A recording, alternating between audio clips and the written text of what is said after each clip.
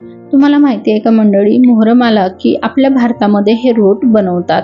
मग ते घर हिंदूचं असो की मुस्लिमचं, हे रोट खाणं अतिशय पौष्टिक आहे आणि होतात सुद्धा मस्त खस्ता. आज मी हे रोट बनवण्याची वेगळी पद्धत शेअर करत आहे. आज हे रोट आपण तव्यावर बनवत आहोत सोप्या पद्धतीने. मग चला सुरू करूया.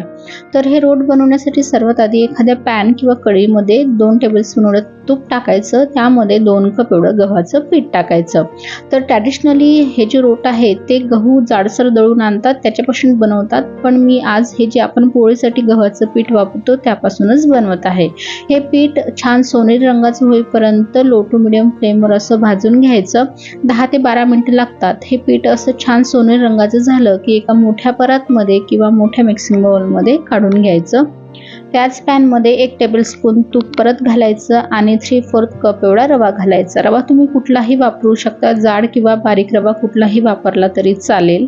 रवा सुद्धा आता मस्त मीडियम टू लो फ्लेमवर सोनेरी रंगाचा होईपर्यंत भाजून घ्यायचा आणि असा कलर बदलला की त्याच परातमध्ये काढून घ्यायचा. परत त्याच पॅनमध्ये 1 टेबलस्पून तूप घालायचं आणि आता काही ड्रायनट्स आपल्याला तुपामध्ये रोस्ट करून घ्यायचे आहे.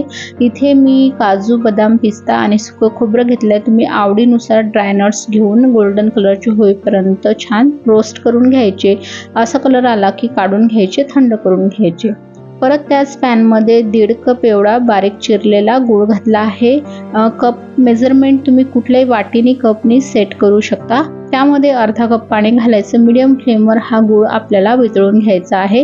गुळाचा पाक वगैरे करायचं नाही आहे, फक्त गूळ मेल्ट होईपर्यंत आपल्याला वितळून घ्यायचं आहे. गूळ असा मेल्ट झाला की गॅस बंद करून घ्यायचं आणि हे गुळाचं जे सिरप आहे ते चाळणीने चाळून घ्यायचं, जेणेकरून गुळामध्ये जी इम्प्युरिटीज असते ती निघून जाईल. आणि हे सिरप आता थंड करून घ्यायचं. इकडे आपले ड्रायनट्स पण छान थंड झालेले आहेत. मिक्सरच्या जारमध्ये याला ट्रान्सफर करून घ्यायचं. 2 ते 3 हिरव्या विलायच्या अशा हाताने फोडून टाकायच्या, जेणेकरून विलायचीची सीड्स छान बारीक होईल आणि टर्फल थोडेसे असे अख्खे राहतील तर दिसायला छान दिसतात. मिक्सरला हे जाडसर वाटून घ्यायचं अशा प्रकारे. इकडे जे परातमध्ये आपण पीठ आणि रवा काढून घेतला होता त्यामध्ये 1/4 टीस्पून मीठ घालायचं, म्हणजे गोडाला अजून जास्त छान चव येते. ड्रायफ्रुट्सचं पावडर आणि 1 कप एवढं मिल्क पावडर घालून घ्यायचं. मिल्क पावडर घालणं टोटली ऑप्शनल आहे, नाही घातलं तरीही चालेल. व्यवस्थित मिक्स केलं की यामध्ये जे आपण गुळाचं सिरप करून ठेवलं होतं ते टाकायचं आणि याचा आता आपल्याला डो तयार करून घ्यायचा आहे. पूर्ण सिरप टाकून घेतलं आणि कणिक मळलं तरी चालेल किंवा थोडं थोडं सिरप टाकून हे कणिक मळू शकता. आपल्याला याचा छान डो तयार करून घ्यायचा आहे, बिलकुल अशा प्रकारे. आता तुम्हाला हा डो जो आहे तो थोडा सॉफ्ट वाटत असेल, सैलसर वाटत असेल, पण आपण जेव्हा या डोला रेस्ट करू तेव्हा यामध्ये रवा घातला आहे. रवा पूर्ण पाणी ॲब्सॉर्ब करेल आणि डो जो आहे तो थोडा हार्ड होईल.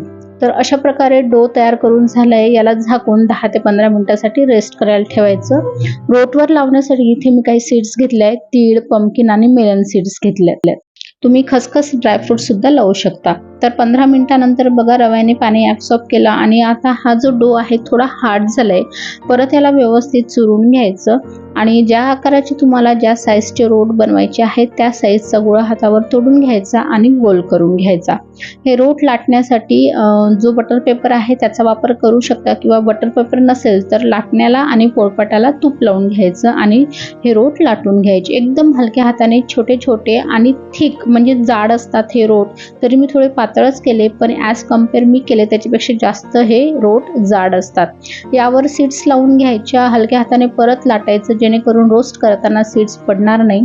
आता तुम्हाला या रोटचे जे काठं आहेत ते क्रॅक झालेले दिसत आहे, तर ते व्हिडिओमध्ये तुम्हाला दिसत आहे त्या प्रकारे बोटाने सील करून घ्यायचे किंवा ग्लासने, वाटीने, डब्याच्या झाकणाने तुम्ही गोल करून घेऊ शकता.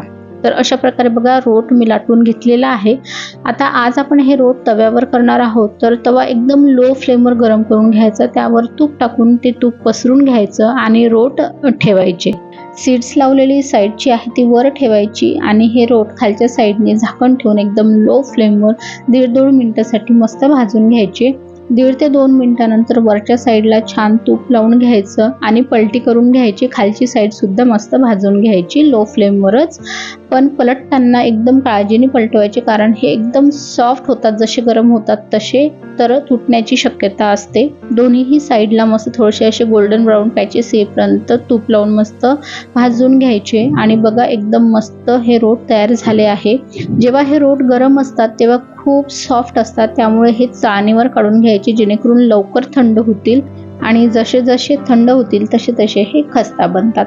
तर इथे दोन्हीही प्रकारचे रोट मी केलेत, ग्लासने गोल करून आणि हाताने शेप देऊन सुद्धा दोन्ही रोट एकदम खस्ता झालेले आहेत.